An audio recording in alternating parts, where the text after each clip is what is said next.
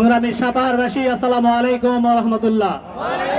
সংগ্রামী সাপাহারবাসী, আপনারা অবগত রয়েছেন যে আর কয়েকদিন পর আমাদের কাছে সমাগত হবে আমাদের সেই স্বপ্নের মাস, সেই মাগফিরাত, রহমত এবং নাজাতের মাস রমজান আমাদের দ্বার প্রান্তে হাতছানি দিচ্ছে। এই মাসে আল্লাহ রাব্বুল আলামিন তার সমস্ত নিয়ামত আমাদের জন্য খুলে দিবেন। এই মাসে সমস্ত অকল্যাণকে বন্ধ করে রাখা হবে। এই মাস কোরআনের মাস, কোরআন নাজিলের মাস। এই মাস দুঃখ কাতর মানুষদের দুঃখ কষ্ট উপভোগের মাস। এই মাস আমাদের সংগ্রামের মাস। এই মাস আমাদের বিজয়ের মাস। এই মাসের 17 রমজান মাসের 17 রমজানে বদর যুদ্ধে আমরা বিজয় লাভ করেছিলাম। এই মাস হচ্ছে দান খয়রাতের মাস। সম্মানিত উপস্থিতি, সুতরাং এই সুন্দর একটি আমাদের উদযাপনের একটি মাস, এই মাসের জন্য একটি সুষ্ঠু সুন্দর পরিবেশ অবশ্যই প্রয়োজন। 90% মুসলমানের দেশে আজকে আমরা আমাদের রমজান পালনের সুন্দর একটি পরিবেশ পাবো না, এটি মেনে নেওয়া যায় না।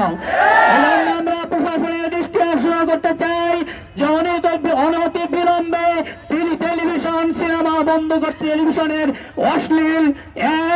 অশ্লীল সিনেমা নাটক বন্ধ করতে হবে। যে জায়গায় মাদকের আড্ডা বসে, যে জায়গায় জুয়ারিরা বসে, এই সবগুলো বন্ধ করতে হবে।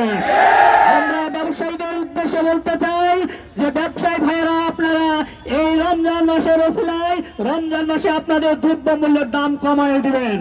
আমরা মধ্যপ্রাচ্যে দেখতে পাই রমজান মাসে তারা তাদের দ্রব্য মূল্যে ছাড় দেয়।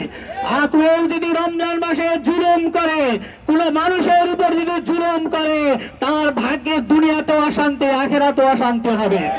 সুতরাং এই মাস একটি সুন্দর সুখী মানুষ গঠনের মাস। এ মাস আল্লাহ ভীরু মানুষের মাস। আমরা দেখেছি অতীত সরকারের সময় দেখেছি অসৎ নেতৃত্বের কারণে আমরা হাহাকার করেছি, আমাদের নিবন্ধন কেড়ে নেওয়া হয়েছিল।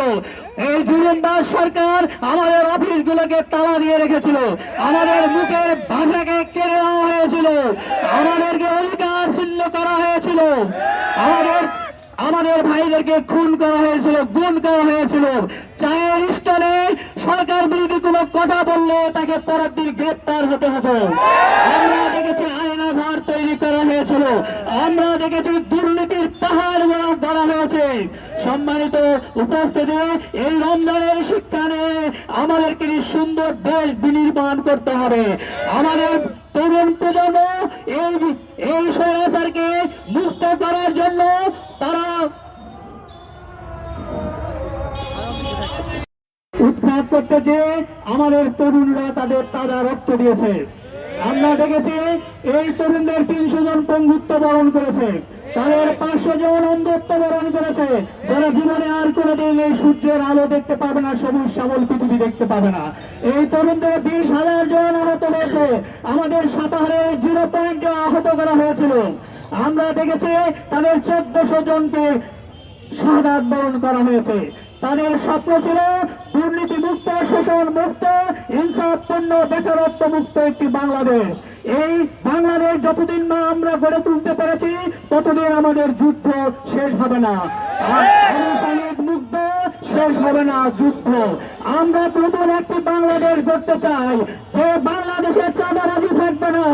আমরা একটি বাংলাদেশ গড়তে চাই যে দেশে পুকুর দখলগিরি চলবে না। আমরা একটি বাংলাদেশ গড়তে চাই যেখানে কৃষিমানের কোনো আশ্রয় হবে না। আমরা শোষণ মুক্ত, দুর্নীতি মুক্ত একটি সোনার বাংলা করতে চাই। আর এই জন্য এই রমজান মাসে কাজে লাগাতে হবে। আমাদের পরিবারগুলোকে কোরআন তেলাওয়াতের প্রচলন করতে হবে, কোরআন তেলাওয়াতের চর্চা করতে হবে। আমাদের পরিবারের প্রতিবেশীদেরকে নিয়ে ইফতার মাহফিলের ব্যবস্থা করতে হবে। সমস্ত ইউনিটে আমাদেরকে ইফতার মাহফিলের ব্যবস্থা করতে হবে। এই রমজান মাসে একটি গণজাগরণ সৃষ্টি করতে হবে, যাতে আগামীর বাংলাদেশ ইসলামের বাংলাদেশ হয়। সবাইকে ধন্যবাদ। আসসালামু আলাইকুম ওয়া রাহমাতুল্লাহ।